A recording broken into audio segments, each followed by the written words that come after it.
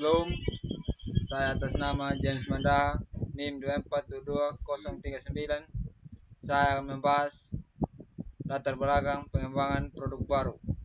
Salah satu yang dibawa perusahaan hampir di setiap sekitar pasar dalam usaha pengembangan produk baru adalah dinamika pasar, teknologi, dan persaingan. Ada dasarnya pengembangan produk merupakan kebutuhan perusahaan untuk membentuk masa depannya. Pengertian pengembangan produk baru.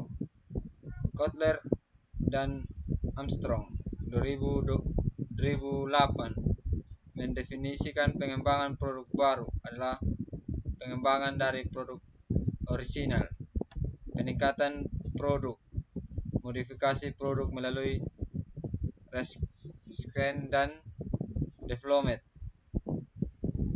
perusahaan sendiri. Hal ini bisa dilakukan dengan cara yang pertama, memberikan seluruh perusahaan hak paten mengambil lisensi dari produk orang lain. 2. Mengembangkan produk baru atau new product development. Ruang lingkup produk sesungguhnya tidak harus murni berwujud pada yang baru sama sekali, akan tetapi dapat berubah-ubah tipe-tipe produk dengan varian sebagai berikut. Yang pertama, produk baru atau dari yang belum ada menjadi ada. Yang kedua, perluasan produk. Yang ketiga, penyempurnaan. Yang keempat, repositioning produk. Yang kelima, efisien biaya. Proses pengembangan produk baru. Yang pertama, menciptakan ide. Yang kedua, penyaringan ide. Yang ketiga, pengembangan dan pengujian konsep. Yang keempat, pengembangan strategi dan pemasaran. Yang kelima, analisis bisnis. Yang keenam, pengembangan produk. Yang ketujuh, pemasaran uji. Yang kedelapan, komersialisasi. Syarat pengembangan produk baru. Yang pertama, berpusat pada pelanggan. Artinya, pengembangan produk baru yang berfokus pada menemukan cara baru untuk memecahkan masalah pelanggan dan memberikan pengalaman yang lebih memuaskan kepada pelanggan. Yang ketiga, pengembangan produk berdasarkan tim. Artinya, pendekatan untuk mengembangkan produk baru yaitu sebagai departemen bekerja sama secara erat melewati beberapa tahapan dalam proses pengembangan produk baru untuk menghemat waktu dan meningkatkan efektivitas. Yang ketiga, pengembangan produk yang sistematis. Artinya, pengembangan produk baru tersebut hendaknya dilakukan secara kualitas dan sistematis.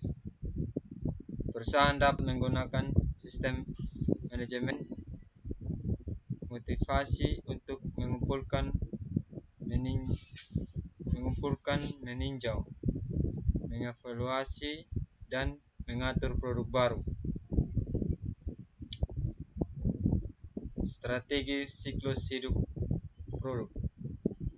Strategi siklus produk atau product life cycle adalah pengalaman penjualan dan keuntungan produk selama masa hidup mencukup 5 tahap yang berbeda, yaitu pengembangan produk, pengenalan, pertumbuhan, kedewasaan, dan penurunan.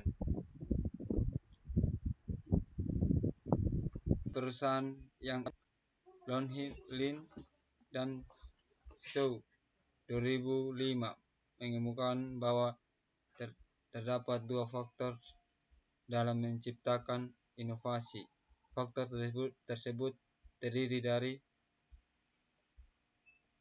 yang pertama kualitas individual, yang kedua visi, yang ketiga motivasi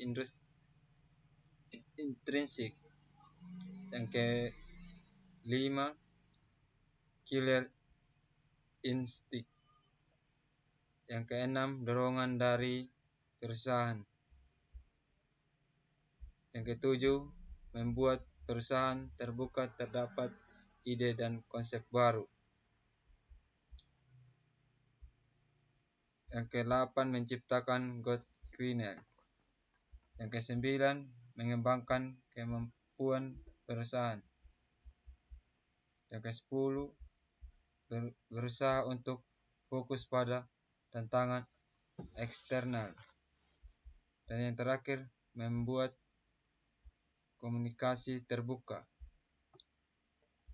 Tahapan inovasi produk. Perusahaan mengakui bahwa inovasi adalah sebuah proses kompleks yang membutuhkan inovasi, investasi yang dan pengembangan serta keahlian produsen yang signifikan yang berfokus pada pemuasan keinginan dan kebutuhan konsumen.